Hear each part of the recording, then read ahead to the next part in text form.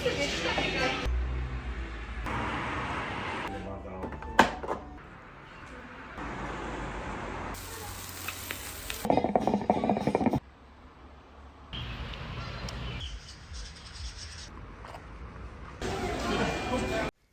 مرحبا، كيفكم صبايا؟ طمنوني عنكم، ان شاء الله تكونوا باحسن حال وانتم عم تشوفوا فيديو اليوم.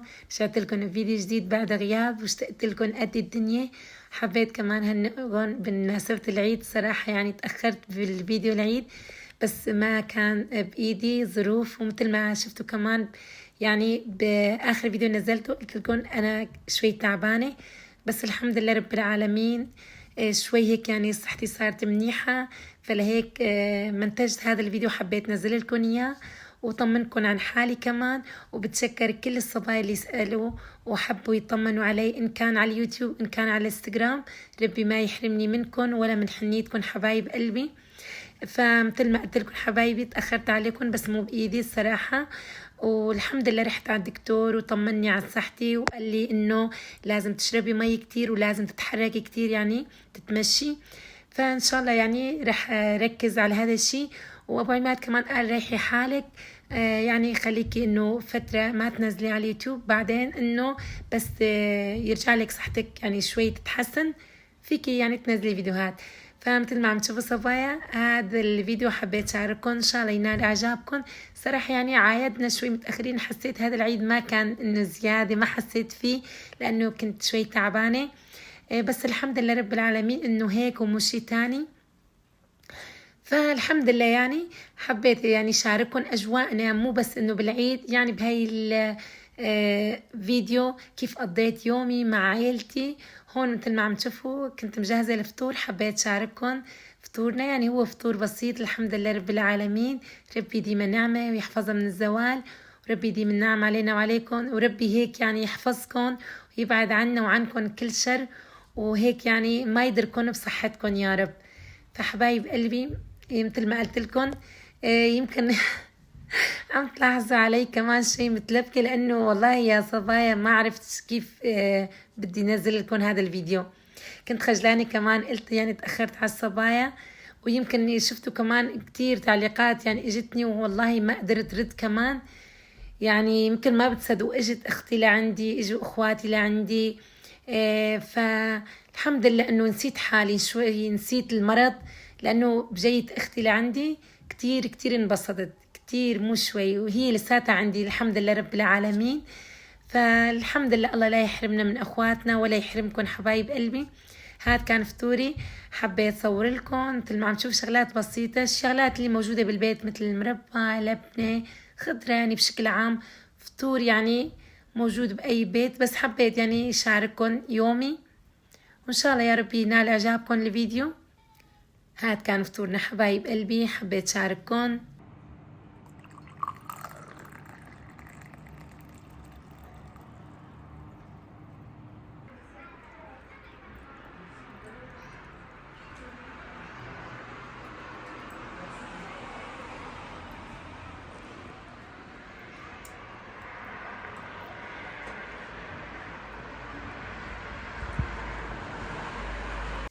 هلا هون مثل ما عم تشوف صبايا، صراحة أبو عماد قال خلينا نطلع لبرا، ما حبيت أطلع، قلت خلينا نساوي هيك يعني شوي بالبيت نفرح الأولاد. وكمان بنفس الوقت شغلة يعني طبخ البيت غير، بحسه طعمته غير ونكهته غير، وغير لما الواحد الأم يعني تساوي لأولادها طبختها بالبيت. فهون مثل ما عم تشوف صبايا عندي لحمة ناعمة وعندي بصل مبروش، مثل ما عم تشوفوا عندي حبتين من البصل برشتهم، وربع جرزة من البقدونس، وحطيت كمان مثل ما شفتوا ملح، ورح اضيف عليه كمان شوي فلفل اسود، وكاسة من البانيه ميل. فالبانيه ميل انا بضيف لها على الكبابة صبايا، رح نشوي يعني نساوي شوي للولاد. فالبانيه ميل بحسها انه بتشرب كل شي سوائل باللحمة وما بتخليها تفرط، فبحب دائما نضيفها إن كان على البرجر. كذا مرة أنا حكيت، وإذا أي صبية جديدة يعني بقناتي مشان إنه تعرف أنا ليش بضيفه على الكباب، لأنه مثل ما قلت لكم بتخليها تتماسك وبتشرب كل السوائل. والعلبة حبيت أورجيكم إياها، هي صبايا بتستعملوها حتى لصورة الدجاج، بتستعملوها يعني لكتير شغلات. فحطيت عليها مقدار كاسة يعني هي بتجي كاس العصير بتجي يعني مانا كبيرة كاس اللي عندي، كون أنا عندي اللحمة كتيرة فلهيك حطيت لها هاي الكاسة صبايا، وهيك يعني بحركها مع بعض. وبدعك لازم تدعكوها كتير منيح مشان إنه اللحمة عندكم تتماسك. وهون مثل ما عم تشوفوا بعد ما تبلت الكبابة صبايا بلشت كمان بصورة الدجاج، حطيت لها شايفين ملح، والملح بضل حسب رغبتكم. أنا هيك يعني بضيف تقريبا مقدر 2.5 معلقة، والشقف حبيت هيك ورجيكم اياها هيك قطعتها بحجم وسط مشان انه على الشوي اللحمة بتدبل يعني فبتكش. صبايا هون كمان انا بحب ضيف على صورة الدجاج تقريبا مقدر معلقة من دبس الفليفل حلوة، بتعطيها كتير طعمة طيبة ومنظرها بصير حلو.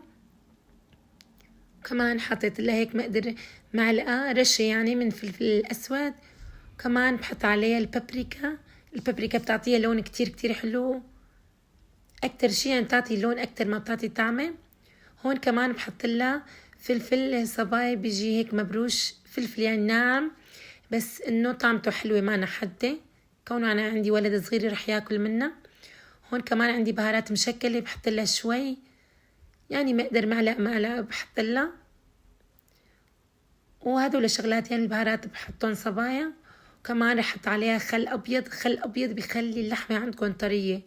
دائما بحط على لحمة الدجاج يعني ما بتخلي فيها زفر، كمان نفس الوقت بتخلي اللحمة طرية، قد ما انه شويتوها او حطيتوها بالفرن بتضل من جوا كتير كتير طرية.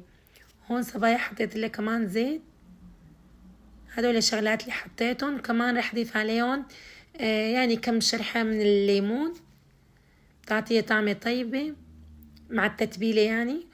وبعدين رح احط عليها الثوم كمان، الثوم يعني بكتر الصراحة لما بساوي شوي بحط كمية منيحة، الثوم تعطي طعمة كتير طيبة للحمة الدجاج، يعني مقدر تقريبا 5 ل6 فصوص حطيت لها مثل ما عم تشوفوا صبايا.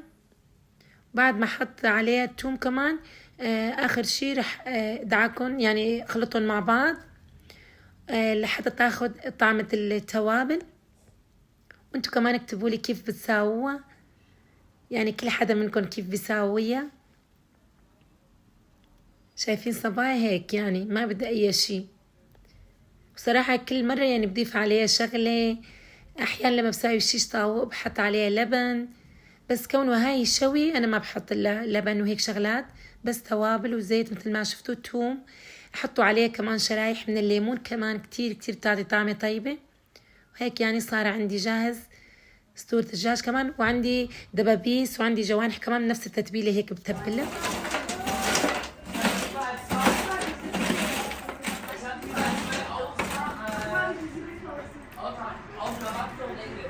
هيك حبايب قلبي بعد ما تبلت عندي الدجاج كله مثل ما عم تشوفوا، شفتوا انا شاركتكم بس تتبيلة صدور الدجاج، بس عندي الدبابيس وعندي كمان الجوانح نفس التتبيلة ونفس البهارات بحط لها. والخضرة كمان عندي غسلتها لانه رح ساوي سلطة فيها.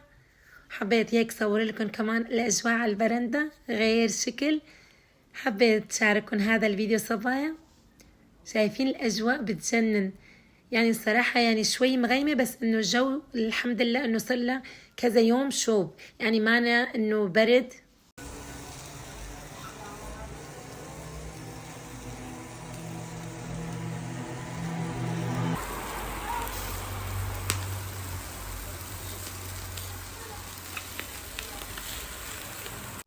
هلا هون مثل ما عم تشوفوا كان عندي باقي من البقدونس فرمتها، وكمان فرمت حبتين من البصل رح ساوي بيواز كتير طيبة بجنب الكبابة صبايا.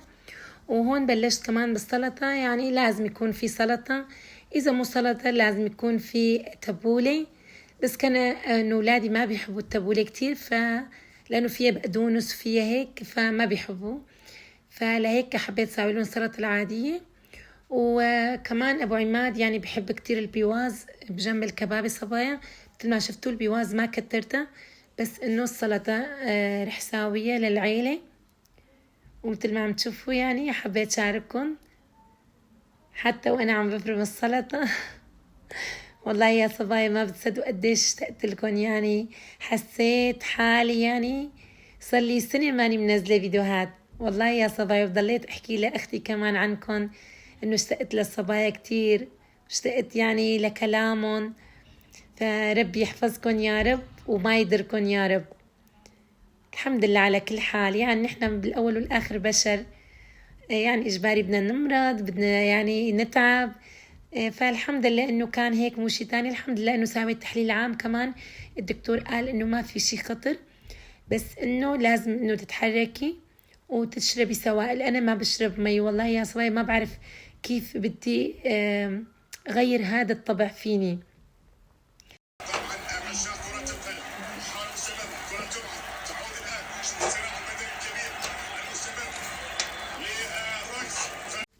هون حبيت صور لكم كمان لحمة الكبابة بعد ما تبلتها صبايا. شايفين انا بحط لها يعني شفتوا البهارات اللي حطيت لها وطعمتها بتصير كتير طيبة. وبنصحكم انه تجربوا تحطوا لها اللهم صل على النبي كاسة من البانيه ميل. البانيه ميل طلع عندكم الكبابة غير شكل. فكل شوي بحاول انه اصور لكم الاجواء على البرندة. شفتوا صبايا شاركتكم التتبيلة كمان. وهون اخر شي بعد ما خلصنا كل شي اللحمة، يعني لحمة الدجاج بتعرفوا يعني شوي طولت، بس انه الكبابة انا بحطها اللحمة عندي بطنجرة وبغطي عليها مشان تضل سخنة. هي بتعرفوا انتوا بشكل عام الشوي طيب سخن، بس كون نحن العائلة كلها متجمعين فحبيت انه ناكل على السفرة مع بعض. وهون كمان ابو عماد خلص عنا الكبابة كمان. وهي كانت سفرتنا. شايفين صبايا شوينا خضرة مثل البندورة فليفلة. وهي يعني لحمة الدجاج كمان ما شاء الله لساتها سخنة، يعني ما يعني بردت لأنه غطيتها. هون البيواز كمان مثل ما عم تشوف الصبايا حطيت لها سماء كتير كتير طيبة مع الكبابة. والله يعني ولادي كمان كتير أكلوا الكبابة وهي سخنة، يعني كمان على المنقل يعني كانوا ياكلوا كمان، لأنه بتعرفوا اللحمة طيبة كتير وهي لما تاكلوها بالسيخ. هون عندي دبابيس كمان صبايا. هي كانت سفرتنا، حبيت صور لكم إياها والحمد لله رب العالمين. ربي ديما نعمة يا رب. يعني سفرة يعني هي الشوي بشكل عام هو ونس، انه الواحد يتونس ينبسط وهو قاعد. والله صراحة ساويت كمان كاس شاي بس نسيت، وابو عماد هو عم يشوي كنت مساوي كاس شاي بس نسيت اصور لكم. شايفين صبايا عم بورجيكم صورة الدجاج انه صحيح ماخذه لون بس من جوا كتير كتير طلعت طيبة وطرية هي بتجي. وهي يعني كان اليومنا هيك شوينا. حبيت شارككم. هون كمان بعد ما نظفت المطبخ ضبينا حطينا سهرة أنا وأختي مثل ما عم تشوف الصبايا. يعني هو ما إنه بمناسبة بس العيد، لأنه تأخرنا لحتى هيك ساوينا هاي القعدة. بس الحمد لله يعني هذا يمكن رابع يوم العيد على ما أظن صورت لكم إياها. رابع يوم العيد صورت لكم هذا الفلوج.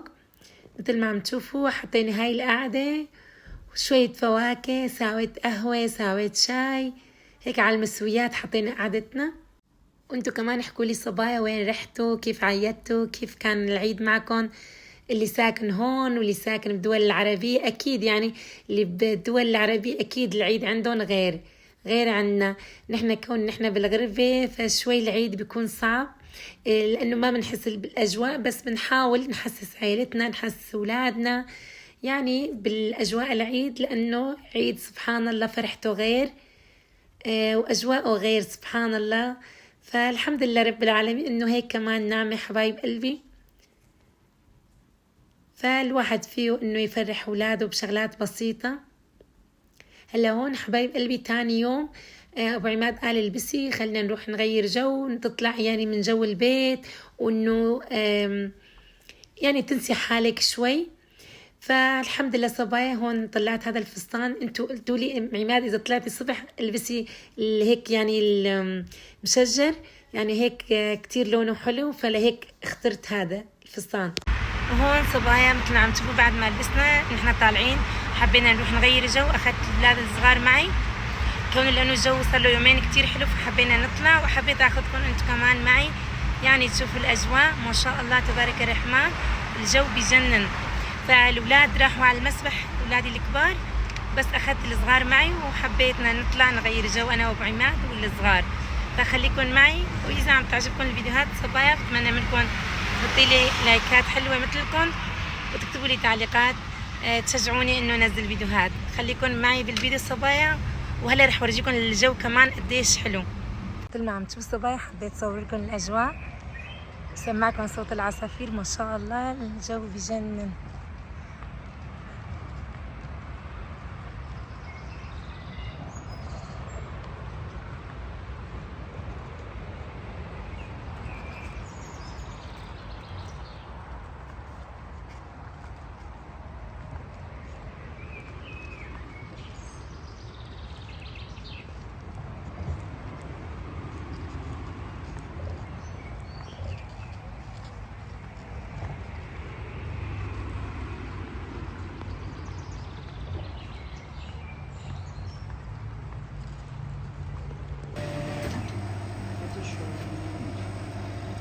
هون مثل ما عم تشوفوا صبايا اخذنا ايس للاولاد، واخذت هاي لإلي لانه بتسرسح على القلب وكتير بارده وطيبه.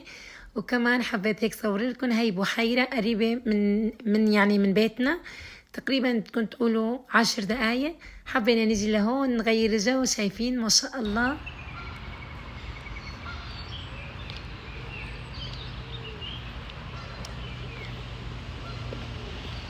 صبايا حبيت اصور لكم هدول البطات، ما شاء الله قديش منظرهم حلو، بس بخاف منهم.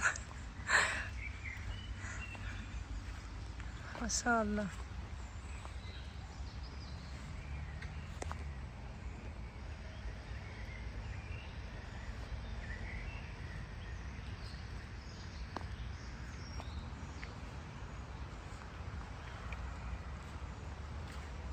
شايفين قديش هون حلوين.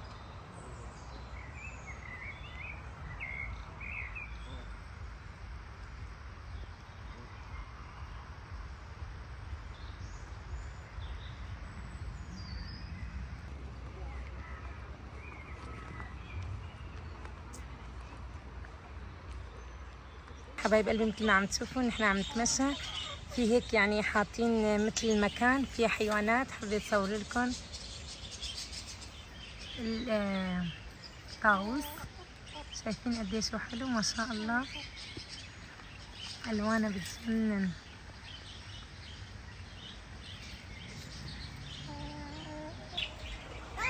Я вот так сделала, а он кусается.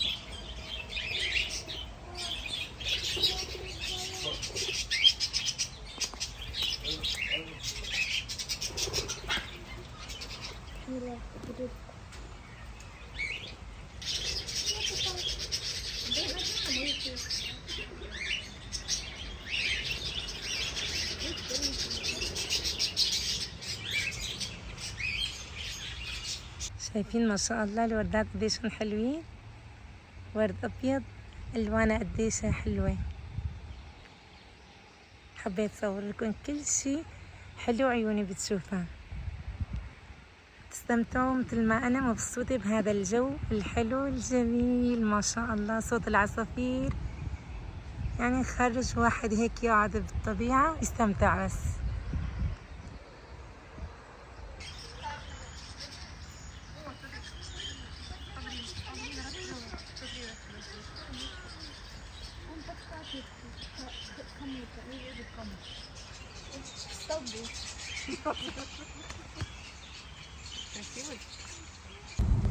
هون صبايا مثل ما عم تشوفوا تمشينا وغيرنا جو، رايحين نشرب شي وبعدين رح نروح على البيت. حبيت صور لكم الجو ما شاء الله، شايفين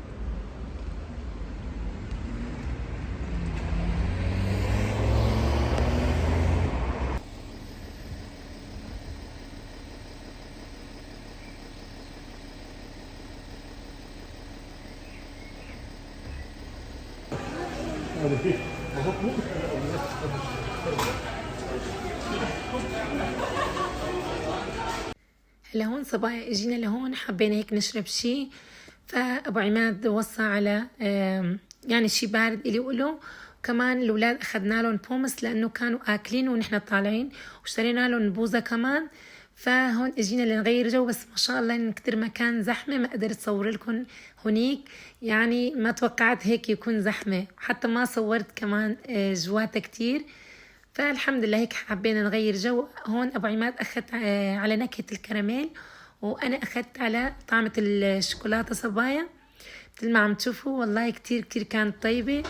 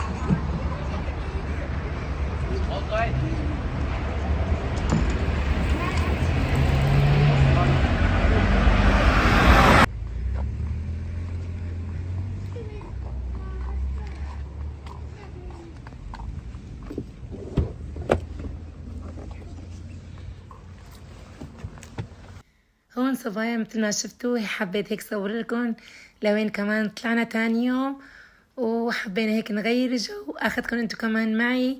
ومثل ما قلت لكم بتمنى تكتبوا لي انتو كمان كيف عيدتوا، كيف كان العيد معكم. ان شاء الله انتو كمان استمتعتوا، ان شاء الله هيك يا ربي كل سنة تعيدوا مع عائلتكم مع أحباب قلبكم بالصحة والعافية يا رب. هاد كان فلوق اليوم، حبيت شارككم صبايا، إن شاء الله ينال إعجابكم. إذا نال إعجابكم رح استنى تعليقاتكم الحلوة.